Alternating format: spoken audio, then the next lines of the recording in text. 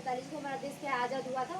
तो इस दिन को हमारे देश में कैसे मनाया जा रहा, अमृत दिवस के रूप में। लेकिन हम कैसे मना रहे हैं, थिंक दिवस के रूप में, मतलब विवेक करने का दिवस, सोच विचार करने का दिवस। मतलब आज के दिन हमें सोचने का मौका है कि आज हमें सोचना चाहिए किसी नए तरह से कि हम कैसे आगे बढ़ सकते हैं, कैसे अपने देश में जो दिक्कतें आ रही हैं कैसे उनमें सुधार ला सकते हैं। तो उस पर हमें आज अपने सभी को विचार रखनी है। और जो पीवीएसपी के माध्यम से हो रहा है, पीवीएसपी एक ऐसा संगठन है जिसमें क्या है, ना ही कोई धार्मिक है, ना ही कोई राजनीतिक है, ना ही एजुटेशन। एजुटेट का मतलब होता है आंदोलन, मतलब आंदोलनकारी। जैसे कि इसको सुन के, इसको समझ के हमें आंदोलन नहीं करना है, हमें एक दूसरे को समझाना है। इसका मेन उद्देश्य है कि सब जो समझाने वाला है, समझाने वाले को समझना होगा। मतलब जो समझा रहा है समाज को, उसको समझना होगा। पहले वो अच्छे से समझ गया तब वो अच्छे से किसी को समझा पाएगा। तो समझाने वाले को पहले समझना होगा और समझ कर समझाना होगा, और तभी हमारा सोच विचार करने वाला समाज बन के तैयार होगा। ये चीज़ हमारी आज से शुरुआत हो गई है। इसलिए आज थिंक डे बनाया है, अब डेली चलेगा हमारा ये। जिस क्षेत्र में हम लोग बिलोंग करते हैं, अपने अपने क्षेत्र में अपने समाज के सभी लोगों को जोड़ेंगे, SC ST OBC minority general सभी लोगों को। Thank you. जैसे कि अभी आगे की कड़ी में हमारे सर गोविंद दास कौशल जी हैं, उनसे निवेदन है कि वो अपने विचार रखिए थिंक डे के अकॉर्डिंग। Thank you.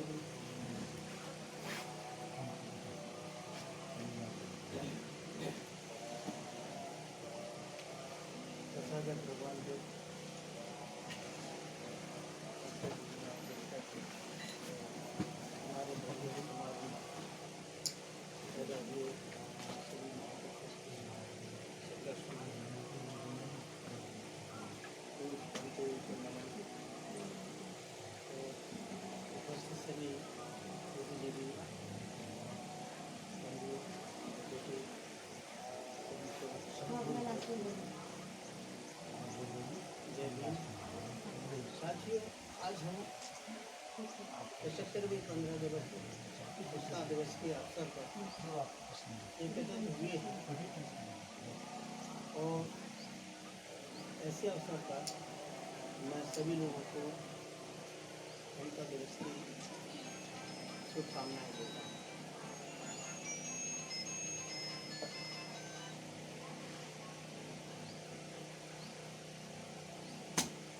जैसा कि हमारे साथी जो बताने अपनी इतिहास बतलाया कि हम कौन थे, तो उसी संबंध में एक दुआ कहता हूँ कि हम कौन थे, क्या हो गए। सभी सहकारियों को जय भीम। आज 15 अगस्त 2021 संपूर्ण भारत में स्वतंत्रता दिवस मनाया जा रहा है। लेकिन हम लोग थिंक डे क्यों मना रहे हैं? हम लोग थिंक डे क्यों मना रहे हैं? इसमें लिखा हुआ है, भाई बहुजन समाज dependent and fair in independent India. स्वतंत्र भारत में बहुजन समाज निर्भर क्यों है, आत्मनिर्भर क्यों नहीं? इसमें इस सेंटेंस से मेरी समझ में यही आता है। आप लोगों की समझ में अगर अलग आ रहा हो तो मेरी गलती क्षमा करना। आत्मनिर्भर नहीं है। मैं आत्मनिर्भर की बात नहीं की, मैंने ये कहा, इसमें ये बताया कि निर्भर क्यों है अभी तक। मैं तो अपनी तरफ से बता रहा हूँ कि आत्मनिर्भर क्यों नहीं है। क्यों नहीं है? बहुत तो अच्छा, आत्मनिर्भर होने के लिए हमें क्या करना पड़ेगा? बहुत अच्छा। सबसे पहली बात ये है कि हमें आत्मनिर्भर होने के लिए क्या करना पड़ेगा। इसमें दूसरा इसी के नीचे दिया है, educate, agitate, organise. Educate, learn, teach, thinking. शिक्षा सीखी जा सकती, सिखाई जा सकती। हाँ, जो शिक्षा है वो सीखी जा सकती और सिखाई जा सकती। लेकिन आज की जो हमारी शिक्षा है वो शिक्षा किस तरह की है? आज अगर हमारा बच्चा एक से पढ़ने जाता है तो उसे कह दिया उन्होंने कि 8 तक इसको ऐसे ही पास करना है। वो पढ़ने जाता है, नहीं जाता है, अटेंडेंस होती है, नहीं होती है, पढ़ना आता है, उसे नहीं आता है, इससे कोई मतलब नहीं, लेकिन उसे पास करेंगे आप। हेलो अनभिक्ष की वार्ता, त्रयी, वार्ता और दंड, चार शिक्षाएं होंगी। अनभिक्ष की, त्रयी, वार्ता, दंड। अनभिक्ष की विद्या सिर्फ उन्हें सिखाई जाती थी जो वेद पढ़ते थे। जो 3 वेद पढ़ते थे उनको सोच विचार करने की कला सिखाई जाती थी। तो अनभिक्ष की त्रयी में ब्राह्मण हो गया, वही 3 वेदों पढ़ सकता था, उसी को सिखाई जाती थी। वार्ता, व्यापार की कला कौशल है, मकान बनाने की कला, ये सारी की सारी वार्ता की उसमें आती थी। दंड नीति राजनीति है, राजाओं को सिखाई जाती थी, राजाओं के अलावा किसी को नहीं सिखाई जाती। बनियों को भी उतनी सिखाई जाती थी कि वो लिखना पढ़ना हिसाब किताब जोड़ना जान जाए, इसके अलावा नहीं। क्षत्रियों को भी जो दंड नीति सिखाई जाती, इतनी सिखाई जाती थी कि हमारे अनुसार वो काम करते रहें और युद्ध में लड़ते रहें। तो युद्ध कला से लेके जो भी शारीरिक और दुश्मन से लड़ने की जो कलाएं हैं वो आना चाहिए, इससे ज़्यादा नहीं। इस 4 तरह की विद्या होती है। इस शिक्षा सम्राट अशोक के टाइम के पहले भी थी, सम्राट अशोक के समय तक। इसके बाद शिक्षा का पूरा स्तर बदल गया, अनभिक्ष निकाल दी गई, त्रयी सिर्फ उन्हीं के पास रह गई और वार्ता और दंड नीति अभी तक चल रही है। सो अब शिक्षा का पूरा स्तर ही बदल गया है। ये शिक्षा का हो गया, एजुकेशन हो गई, थिंकिंग स्किल, सोच विचार करने की कला है। जो व्यक्ति सोच विचार करने वाला होगा वो रास्ता निकालने वाला हो जाए, संभावना तलाशने वाला हो जाए। बाबा साहब ने 3 सूत्र दिए हैं, 3 सूत्रों में यही पूरा का पूरा दिया है। थिंकिंग स्किल, एजुकेट का मतलब यह है, आज हम डिग्रीधारी हैं, मैं BA हूँ, MA हूँ, MAd हूँ, B.Ed हूँ, ये शिक्षित है, सबको मालूम है ये। लेकिन पढ़े लिखे लोगों ने धोखा न दिया होता तो क्या किया होता? अगर पढ़े लिखे लोगों ने धोखा न दिया होता तो क्या किया होता? दूसरी बात, कांशीराम जी ने यही बात कही, समझाने वाले को समझना होगा और समझकर समझाना होगा। जो बाबा साहब ने कहा था वो चीज़ समझना है और समझ करके समाज को समझाना। बाबा साहब और कांशीराम एक दूसरे के पूरक हैं इस मामले में। बाबा साहब ने जो आदेश दिया था कांशीराम उसी का फॉलो कर रहे थे और वही दे के गए हैं कि समझाने वाले को समझना होगा और समझकर समझाना होगा। PVSP जो 1998 में जिसका जन्म हुआ, माना कांशीराम जी ने उसका जन्मदाता है, उन्हीं ने इसको शुरू किया था। लेकिन 98 के बाद वो चलती रही, महाराष्ट्र की तरफ, इनकी तरफ नहीं आई है। 3 में जाके फ्लॉप हो गई, अभी 19 में जाके इसका पुनर्गठन हुआ, पुनर्निर्माण हुआ, जिसमें 5 सब्जेक्ट रखे गए और 5 सब्जेक्ट आज की डेट में पूरे 10 स्टेटों के लोगों को पढ़ाए जा रहे हैं। जो व्यक्ति ट्रेंड होता है उसी को समझाने के लिए समाज में भेजा जाता है, जो व्यक्ति ट्रेंड नहीं है उसे समझाने के लिए नहीं भेजा जाता। इसका पहले यहाँ सवाल है ये, मैं समझता हूँ मैं अपने किरदार के लिए, अपने लिए पूरी ईमानदारी से उस काम में हूँ और निभा रहा हूँ, आगे भी निभाऊंगा। और जहाँ तक हो सकता है मैंने अपने 5 साल इसके लिए संगठन के लिए दिए हैं। हालांकि मेरी उम्र इतनी है, 5 साल रहूँ ना रहूँ पता कह नहीं सकता, लेकिन ये बीज समाज में जरूर डाल के जाएंगे। मैं समझता हूँ समय अधिक हो गया है, इसलिए मैं पूरे सब्जेक्टों को आपके सामने उतने ऐसे नहीं रख पा रहा हूँ। इसलिए सभी का आभारी हूँ। आप लोग आए, सुना, समय दिया अपना। भविष्य में अनुरोध है कि जब भी कभी इस मंच की वो होती है तो अलग तौर से सोचकर इस मंच पर बैठें, इस पर आएँ। जय भीम, जय भारत, जय संविधान।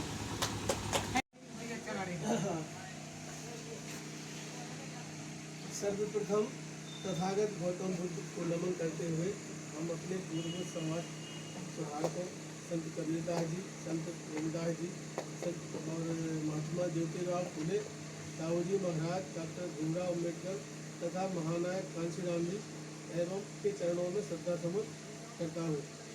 एवं मंच पर विराजमान हमारे घंटेराम व पीवीसी यूनिट के मुख्य प्रमुख व हमारे बड़े भाई डॉक्टर राज और पार्थी बाबू प्रभुदयाल जी एवं बहन दीक्षा गौतम, इस मंच पर उपस्थित सभी माता बहनों को मेरा चरण वंदन।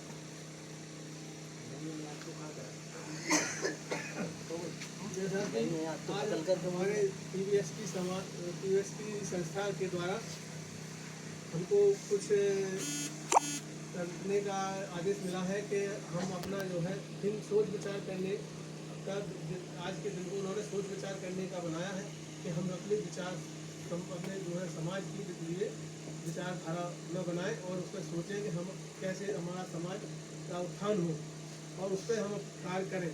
इस प्रकार के उन्होंने 3 बिंदुओं को हमें बताया गया है कि बहुजन समाज की पूर्व में क्या स्थिति थी और बहुजन समाज की वर्तमान में क्या स्थिति है और बहुजन समाज की भविष्य में क्या स्थिति होगी।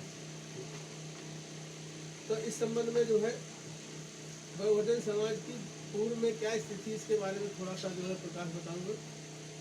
इसको समझने के लिए हमें अपने समाज के पूर्वजों को द्वारा बताए गए रास्ते विचारों को समय उन पर चलना होगा। हमारे पूर्वजों में जैसे कि तथागत भगवान गौतम बुद्ध और मौर्य वंश के राजा सम्राट अशोक, संत कबीरदास जी, महाराजा हमारे राष्ट्रपिता ज्योतिबा फुले व नारायण गुरु साहूजी महाराज एवं बाबा साहेब अम्बेडकर व महानायक कांशीराम जी, जिन्होंने अपने कार्यकाल में हमारे समाज को उचित मार्गदर्शन दिया।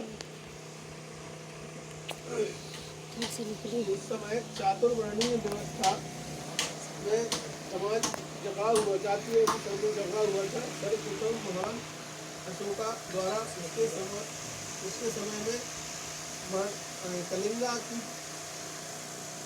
कलिंग में चतुर्वर्षीय व्यवस्था समाप्त हो गई थी, क्योंकि उन्होंने कलिंगा युद्ध में देखा कि यहाँ हमारी प्रजा का बहुत क्षय हुआ। आज ये नई आज़ादी में वो पुनः गुलामी की स्थिति में। आज का सब्जेक्ट इसी संदर्भ में है। मैं अपने जो साथी हैं, सहयोगी हैं, उनसे यही अपेक्षा कर रहा हूँ कि जो भी आपको विचार रखना है वो इस सब्जेक्ट के अंतर्गत ही अपना विचार रखें। आज का सब्जेक्ट अभी जो बंटी जी कह रहे थे बहुत सारी बात उन्होंने कही है, और ये तो अमृत महोत्सव मनाया जा रहा है, लेकिन हम क्या मना रहे हैं? वाई बहुजन समाज dependent and here independent India. आज़ाद भारत में बहुजन समाज गुलाम क्यों है, डरा हुआ क्यों है? ये यहाँ की आज़ादी के लिए एक प्रश्न है। इस प्रश्न पे हमें विचार करना है। क्या हम आज़ाद हैं या आज भी गुलाम हैं? अगर गुलामी है तो किस तरह की है? अगर गुलामी है तो किन के द्वारा है? वो आज़ादी क्या होती है जो हम महसूस नहीं कर पा रहे? आज का जो माहौल है भारत का, उस माहौल में हर व्यक्ति डरा हुआ है, वो अपनी बात कह नहीं पा रहा है। तो बहुजन समाज की तो बात ही अलग है, वो तो वैसे ही दबा हुआ कुचला हुआ है, वो तो वैसे ही नहीं कह पाता है। तो अब बाबा साहब ने इसके लिए, इस आज़ादी के लिए, संविधान गढ़ने के लिए और इस देश के बहुसंख्यक समाज के लिए बहुत काम किया, और इतना काम किया कि अभी तक उनके बराबर की किसी से, विश्व में किसी नेता से तुलना है नहीं, अतुलनीय है वो। और उन्होंने हमें आज़ादी देते समय एक बात कही थी बाबा साहब, हम एक नए युग में प्रवेश कर रहे हैं, जहाँ राजनीतिक बराबरी तो होगी, लेकिन सामाजिक और आर्थिक बराबरी नहीं होगी। इसे संक्रमण काल में हम प्रवेश करने जा रहे हैं। इस लोकतंत्र को सामाजिक और आर्थिक स्वतंत्रता की तरफ वो विकास करना पड़ेगा, तभी ये देश वाकई में आज़ाद हो पाएगा। उन्होंने इसके लिए 3 नारे भी दिए। आज की इस मीटिंग का मतलब मेन उद्देश्य ये है, जैसे कि आज 15 अगस्त है और 15 अगस्त स्वतंत्रता दिवस, 15 अगस्त हमारा 75वां 15 अगस्त है आज, और इस पर हम एक विचार करने वाला दिन है, ये विवेक करने वाला दिन। मतलब आज के 15 अगस्त को हम अमृत दिवस ना बनाकर, क्योंकि पूरा देश मना रहा है अमृत दिवस के रूप में, तो हमें अमृत दिवस मनाकर क्या फ़ायदा। अमृत दिवस यानी अमृत बरसेगा तो अमृत मतलब कुछ फायदा ही नहीं है। इसलिए हमें आज का दिन जो मनाना है थिंक डे के अकॉर्डिंग, सोच विचार करने वाला दिवस और विवेक करने वाला दिवस। जैसे कि PBSP, pay back to the society programme, यानी जो हमारे महापुरुष है, बहुजन समाज में जन्मे और पूरे भारत देश में जन्मे कई महापुरुष हैं जिन्होंने आज़ादी की लड़ाई में अपनी कुर्बानी दे दी, आज़ादी की लड़ाई लड़ी, हम लोगों के लिए काफ़ी संघर्ष किया, जिसकी वजह से हम लोग आज चैन से बैठे हुए हैं, आज़ादी का ये उत्सव मना रहे हैं। वरना ये उत्सव भी नहीं मना पाते हम अगर गुलाम होते। हमारे देश में जन्मे सभी महापुरुषों का योगदान है और महान माताओं का, महान वीरांगनाओं का, बहुत ही ऐसी ऐसी महिलाओं का योगदान है। जैसे कि हमें इस पोस्टर में दिखाई दे रहा है, ऊपर सारे महापुरुष हैं लेकिन हमें एक महिला दिखाई दे रही है, ये सावित्रीबाई फुले जी हैं, हाँ, जिनके जो पति थे ज्योतिबा फुले जी, तो वो शिक्षित थी, ये शिक्षित नहीं थी, तो उन्होंने शिक्षा का एक अच्छा काम किया। उनके दिमाग में एक चीज़ आई, जैसे कि हमारे समाज में, हमारे देश में पुरुषों को आज़ादी थी पढ़ने की, महिलाएं घर के काम में उलझी रहती थी। उनके दिमाग में आया कि जो महिलाएं हैं, बेटियां हैं, क्यों शिक्षित नहीं है, ऐसा करूँ मैं कि अपनी पत्नी को शिक्षित करूँ और फिर मतलब मैं मेरी पत्नी जब शिक्षित हो जाएगी तो समाज की बेटियों की तरफ काम करेगी और महिलाओं को शिक्षित करने का काम करेगी। तो ऐसा इन्होंने काम किया। तो शिक्षा का उद्देश्य है इस PBSP का, इसके ऊपर मतलब एक ही महिला को लिया गया है, सावित्रीबाई फुले जी को। लेकिन हम लोग को पता नहीं है, जैसे कि हम लोग 15 अगस्त मनाते, 26 जनवरी मनाते, लेकिन उन दिन आज़ादी की लड़ाई सिर्फ महापुरुषों ने तो लड़ी है, लेकिन हमारे देश की महान वीरांगनाओं ने और महान माताओं बहनों ने लड़ी है, जिनकी मतलब हम लोग को नाम ही नहीं पता है। कई ऐसे नाम हैं लेकिन नहीं, तस्वीरें एक तो दिखेंगी, 4-5 महापुरुषों की लगेंगी, एक कोई पुरुष की दिखेगी। झांसी की रानी है, झांसी की रानी से काफ़ी बेहतर जो लड़ाई लड़ी है वो झलकारी बाई ने लड़ी थी। उनकी सुरक्षा के लिए काफ़ी उन्होंने अपना मतलब पूरा दे दिया था कि रानी के जहाँ मतलब रानी बोलती थी, वो दुर्गा सेना बनाया था, जैसा वो बोलती थी मतलब वैसे ही करती, तो उससे ज़्यादा ही बढ़ के करती थी, मतलब उनकी डुप्लीकेट थी, जितना वो काम करते उतना ये करते। लेकिन हमारे देश में चर्चा किसकी होती, झांसी की रानी की। कहीं पर भी अगर चर्चा करो तो बोलते कि झांसी की रानी, जैसे झांसी से हो आप, तो झांसी की रानी वहाँ की, उनको पता ही नहीं। उनको बताते कि एक और रानी है जिनका नाम है महारानी झलकारी बाई। तो झलकारी बाई ने हमारे समाज के लिए काफ़ी अपना पूरा ही जीवन